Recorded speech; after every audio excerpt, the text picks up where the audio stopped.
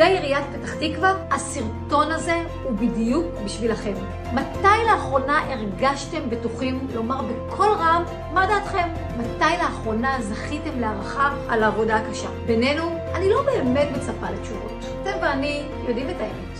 הכבוד העצמי שנרמס, המעקבים הבלתי פוסקים במסדרונות העירייה ומחוצה לה, החשש מהאזנות והפחד מהשימוע הקרוב. תגידו לי, לא נמאס לכם? תדמיינו לכם סביבת עבודה נעימה, שכל אחד יכול להשמיע את דעתו גם אם היא מנוגדת לאחרים. תדמיינו לכם מקום עבודה שמעריך את העבודה שלכם ודואג גם להזכיר לכם שאתם המנוע של כל המערכת כולה. בינינו, הצלחה של ראש עיר תלויה ברובה בעובדים. אתם אגב, אתם אנשי הביצוע. מה דעתכם על מהפכה?